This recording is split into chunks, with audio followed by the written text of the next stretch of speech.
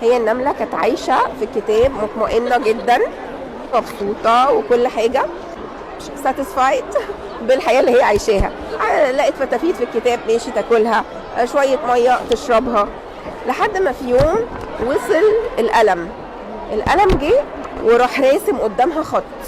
فهي الخط ده ما شافتش ان هو مجرد خط، هي شافت انه حاجز، ما بتقدرش تخطي خلاص بره الحاجز ده، تيجي قبل الخط وترجع. القلم فرح قوي ان هو بالاثر اللي هو عمله، فراح راسم حواليها دايره، فما بقتش بقى تعرف توصل لسريرها، فضلت تشد مش عارفه بقى تعمل ايه، لحد ما شافت اشعه الشمس. اشعه الشمس بتخطي الخط عادي، فهي جربت، اكتشفت ان كل دي اوهام عندها هي، مفيش حاجه حقيقيه من دي. واكتشفت ان اصلا صفحات الكتاب فيها حاجات هي كانت زنقه نفسها في كورنر، لا في حاجات تانية احلى واحلى واحلى، وخرجت خالص من الكتاب ومسكت هي القلم وبقت تكتب بيه.